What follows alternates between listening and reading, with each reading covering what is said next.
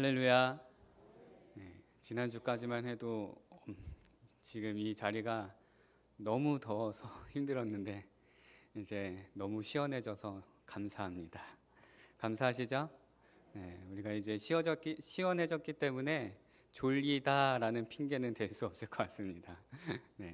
우리 그래도 좀 많이 피곤한 시간인데 우리가 그래도 힘써 이 더위를 덥지 않으니까 시원함으로 견뎌서 함께 말씀을 나누기를 바랍니다.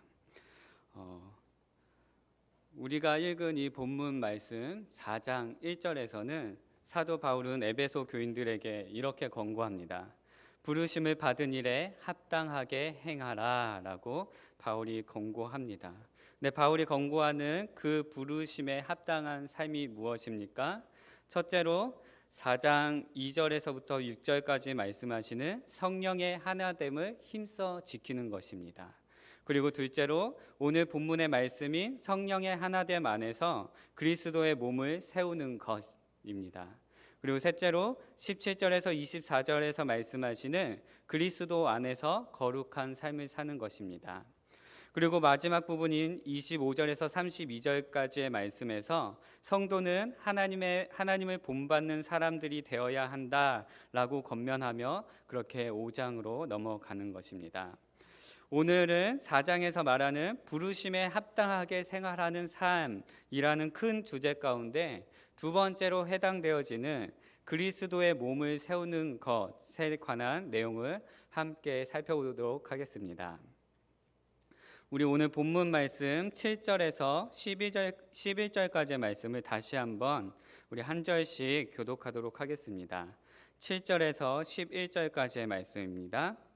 우리 각 사람에게 그리스도의 선물의 분량대로 은혜를 주셨나니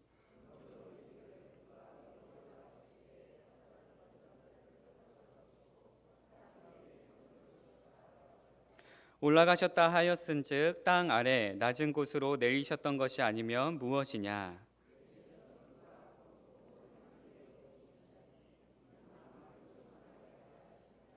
그가 어떤 사람은 사도로, 어떤 사람은 선지자로, 어떤 사람은 복음 전하는 자로, 어떤 사람은 목사와 교사로 삼으셨으니.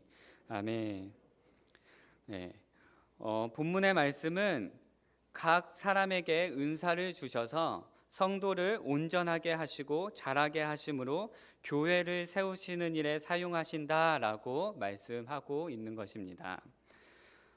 먼저 7절에서 10절까지의 말씀에서 사도 바울은 이렇게 말합니다. 각 사람에게 그리스도의 선물로 주신 은혜를 말씀하십니다. 그런데 사실 7절에서 바울이 말하는 우리 각 사람에게 주어진 은혜라는 것은 죄인들을 구원하는 그 은혜가 아니라 교회의 성장과 봉사를 위한 은사를 말하는 것입니다. 다시 말하면 하나님은 성도 각 사람에게 그리스도의 선물의 분량대로 은사를 주셨다라고 하는 것입니다. 사랑하는 성도님들, 바울이 말하는 이 은사는 무엇입니까? 우리 고린도전서 12장 4절에서 11절 말씀 한번 찾아보도록 하겠습니다. 고린도전서 12장 4절에서 11절까지의 말씀입니다.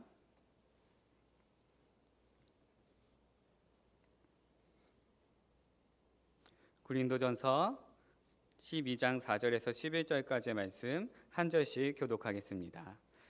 은사는 여러 가지나 성령은 같고 또 사역은 여러 가지나 모든 것을 모든 사람 가운데서 이루시는 하나님은 같으니 어떤 사람에게는 성령으로 말미암아 지혜의 말씀을, 어떤 사람에게는 같은 성령을 따라 지식의 말씀을,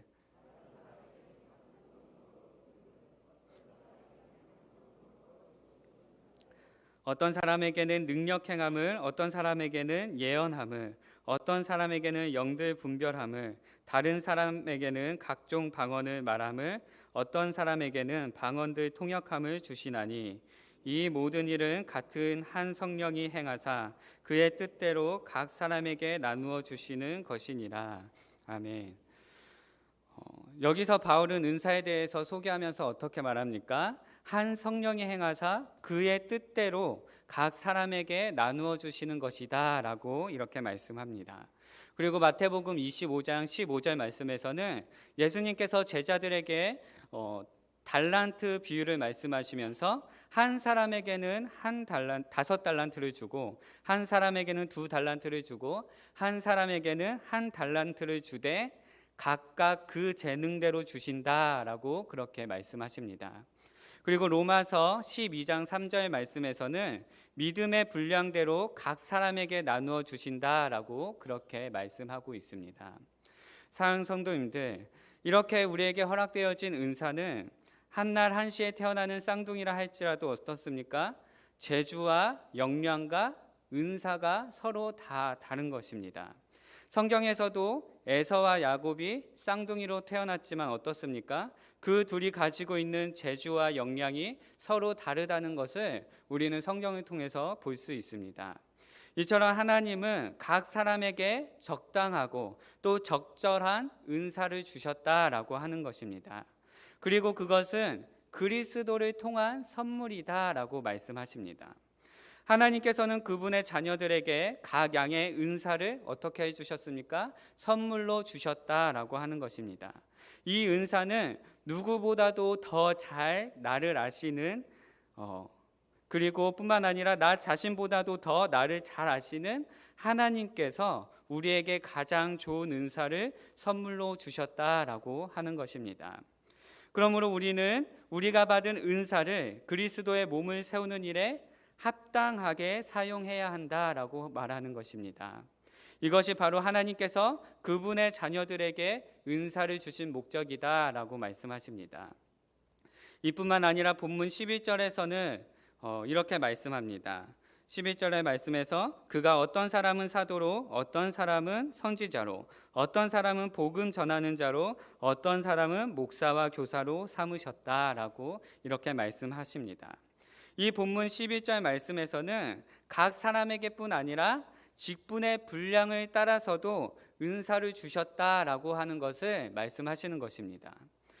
11절에서 말씀하시는 사도, 선지자, 복음 전하는 자, 그리고 목사와 교사와 같은 직분은 교회 안에 그리스도께서 은사를 따라 주신 직분이다라고 하는 것입니다.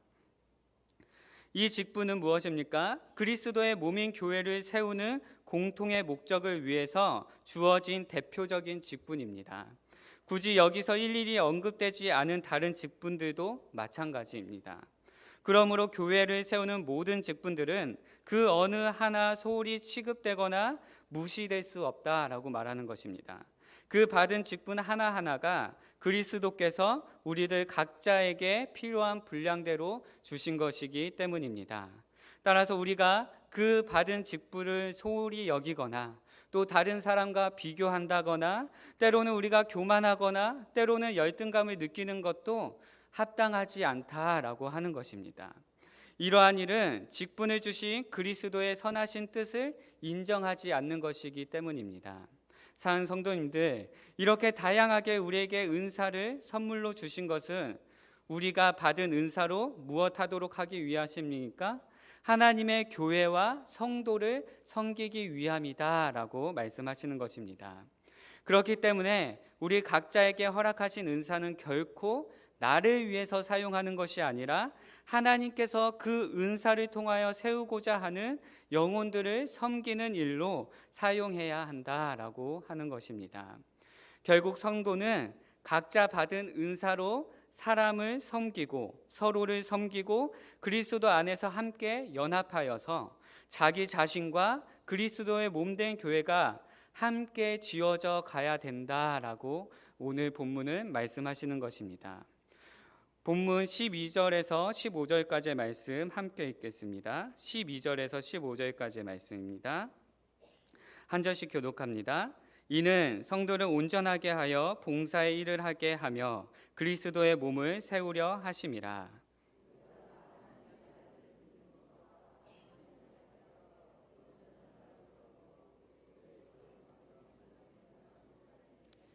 이는 우리가 이제부터 어린아이가 되지 아니하여 사람의 속임수와 간사한 유혹에 빠져 온갖 교훈의 풍조에 밀려 요동하지 않게 하려 함이라.